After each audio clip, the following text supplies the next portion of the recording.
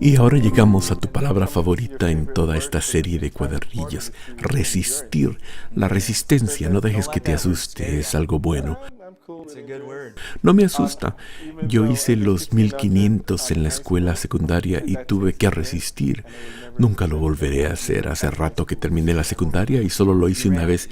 ¿En atletismo corriste los 1500 metros? Oh, ya veo. Me di cuenta que quizás no soy el mejor en el área de resistir. Entrené y todo, pero los otros chicos eran mejores que yo.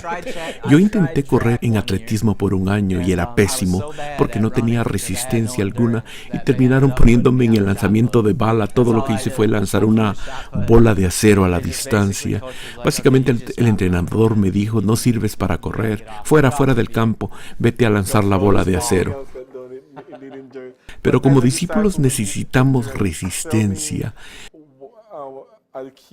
Cuéntame lo que tenías en mente cuando escribiste esta lección sobre resistir. Bueno, es algo personal. Cuando entregué mi vida a Cristo, solo llevaba 2 años de una sentencia de 10 años en prisión y sabía que tenía que completar los 10 años. Y en la prisión hay un ambiente horrible, ves cosas que no quieres ver, oyes cosas que no quieres oír, y conforme eres transformado en un ambiente así, la maldad a tu alrededor es acentuada y las cosas nunca se mejoraron, se sentía como que si nunca se mejoraron.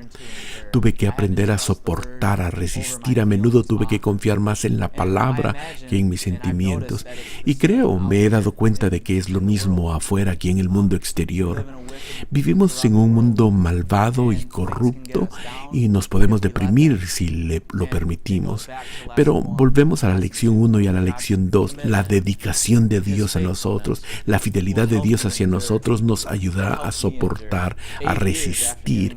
Por eso resistí, soporté. Por 8 años después de dar mi vida a Cristo estuve rodeado de la maldad, estuve cara a cara con la depravación humana en la prisión y tuve que aguantar, resistir. Para mantener mi fe en tal entorno tuve que mantenerme firme, resistir, y lo único disponible en que apoyarme era la palabra, la dedicación de Dios a mí y la fidelidad de Dios hacia mí. Así que las lecciones 1 y 2 desembocan en la 3, y creo que la gente, los discípulos de Cristo, debemos entender esto. Y yo creo y escribo sobre esto en el cuadernillo. Cristo trató de enseñarle eso a sus discípulos. Definitivamente lo hizo.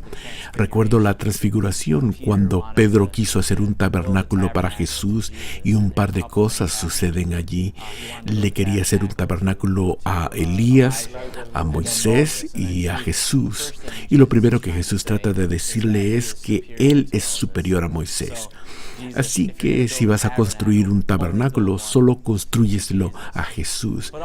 Pero también me gustaría creer, y esto es solo mi opinión, podría estar equivocado, pero me gustaría creer que también le estaba diciendo: no te puedes quedar aquí arriba conmigo para siempre experimentando la cima de la montaña, te necesito allá abajo, en el mundo pecador, haciendo una diferencia, siendo la luz.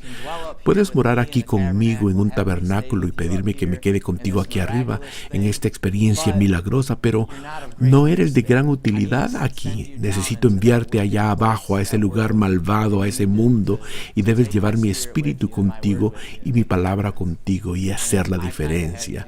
Y eso es lo que tuve que hacer en la prisión, y eso es lo que la gente va a tener que hacer conforme sea discipulada y conforme el proceso de discipulado continúe a lo largo de su vida. Así es. Me gusta el verso clave, Hebreos 11:27, donde hablando de Moisés dice: por la fe salió de Egipto sin tenerle miedo a la ira del rey, pues se mantuvo firme, resistió como si estuviera viendo al invisible.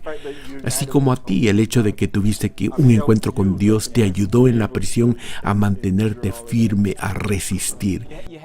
Sí, uno debe recordar la bondad de Dios, lo que Él ya ha hecho, se nos debe traer a la memoria. La repetición es la madre del aprendizaje y es una disciplina.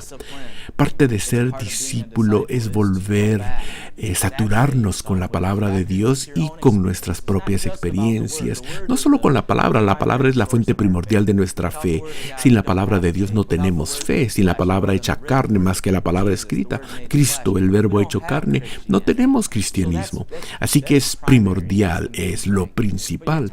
Pero nuestro testimonio, nuestras vivencias en tu vida, en mi vida, hemos tenido victorias y Dios se ha acercado cara a cara con nosotros.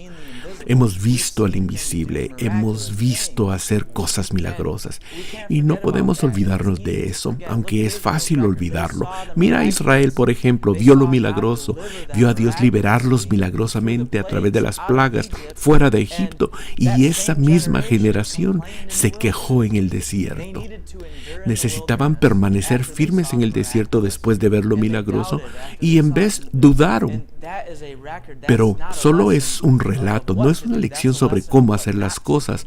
Esa es una lección sobre cómo no hacerlas. Mucho del Antiguo Testamento nos muestra cómo no hacer las cosas en vez de cómo hacerlas. No hagan lo que ellos hicieron, lo que hizo Israel.